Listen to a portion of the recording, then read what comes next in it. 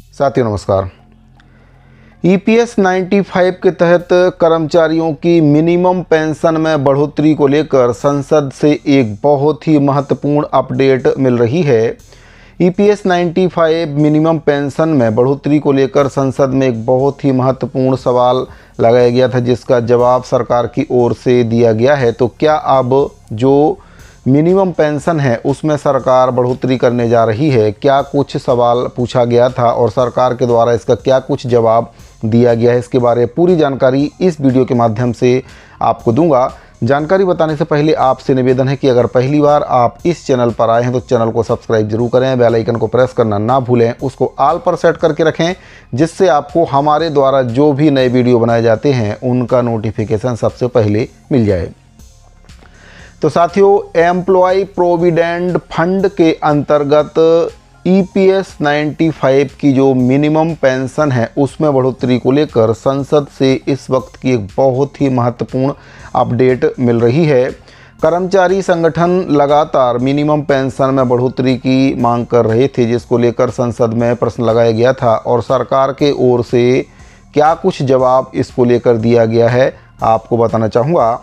तो साथियों, आपको बताना चाहूँगा कि संसद के विंटर सेशन में 1 दिसंबर 2025 को लोकसभा में दिए गए एक अनस्टार्ड सवाल के जवाब में सरकार ने एम्प्लॉय पेंशन स्कीम 1995 यानी कि ईपीएस 95 के तहत पेंशनर्स को मिनिमम पेंशन बढ़ाने और डियरनेस अलाउंस देने पर अपनी स्थिति साफ कर दी है।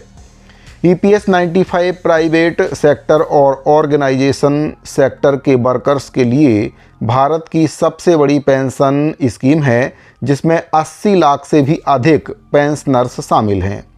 1995 में शुरू की गई इस स्कीम को एक defined contribution defined benefit social security system के तौर पर डिज़ाइन किया गया था और इसमें एम्प्लॉय के द्वारा सैलरी का 8.33% कंट्रीब्यूट किया जाता है और केंद्र सरकार की तरफ से 1.16% योगदान 15,000 रुपये तक की सैलरी पर इसमें किया जाता है। हालांकि ये स्कीम बुढ़ापे की सिक्योरिटी पक्का करने के लिए थी, लेकिन पेंशनर्स लंबे समय से ये तर्क दे रहे थे कि 2014 में शुरू की गई 1,000 रुपये की मिनिमम मंथली पेंशन बढ़ती कीमतें, रहने के खर्च और महंगाई के साथ तालमेल नहीं बैठा पा रही है। मिनिमम पेंशन को बढ़ाकर 7,500 रुपये किए जाने की मांग पेंशनर्स संगठन लगातार कर रहे हैं और भी कई प्रकार की मांग कर रहे हैं। इसमें रेगुलर महंगाई भत्ता देने की मांग शामिल है, ज़्यादा पेंशन बेनिफिट को फिर से शुरू करने की मांग की गई है और पेंशन स्कीम में बदलाव की मांग जो पेंशनर्स संगठन हैं लगातार सरकार से कर रहे हैं।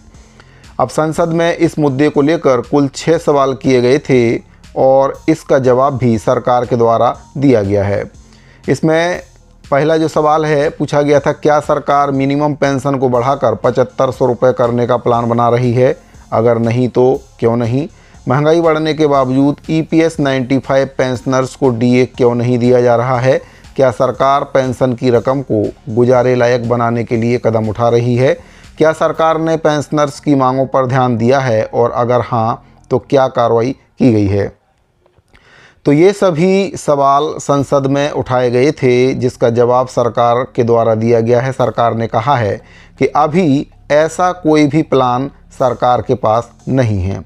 लेबर और एम्प्लॉयमेंट राज्य मंत्री शोभा करंदलाजे ने स्कीम की फाइनेंशियल दिक्कतों के बारे में डिटेल में जानकारी दी है और कहा है कि पेंशन बढ़ाकर 7,500 रुपये करने का कोई भी प्रपोजल अभी फ़िलहाल की डेट में सरकार के पास नहीं है। तो कर्मचारी संगठनों को काफ़ी उम्मीद थी कि सरकार इस पर कुछ विचार विमर्श करेगी और जो मिनिमम पेंशन की राशि है उसको 1,000 रुपये से बढ़ाकर 7,500 रुपये कर सकती है, लेकिन सरकार के पास ऐसा कोई भी प्रपोजल नहीं है और सरकार की कोई ऐसी मंशा भी नहीं है कि जो मिनिमम पेंशन है उसको बढ़ाया जाए। तो कर्मचारियों की उम्मीदों पर पानी फिरता हुआ नज़र आ रहा है। सरकार के इस जवाब से जो पेंशनर्स संगठन हैं वे काफ़ी मायूस हुए हैं। तो संसद में EPS 95 के तहत मिनिमम पेंशन को बढ़ाने को लेकर मुद्दा उठाया गया, लेकिन सरकार के रुख से अब यह साफ हो चुका है कि सरकार इसमें किसी भी प्रकार की कोई भी बढ़ोतरी करने के विचार में अभी फ़िलहाल नहीं है। तो साथियों, अगर आपको ये जानकारी अच्छी लगी हो तो वीडियो को लाइक करके अपने दूसरे साथियों को इस जानकारी को ज़्यादा से ज़्यादा शेयर करें, चैनल को सब्सक्राइब करें। मिलते हैं अगले वीडियो में, अभी के लिए दीजिए इजाज़त। धन्यवाद।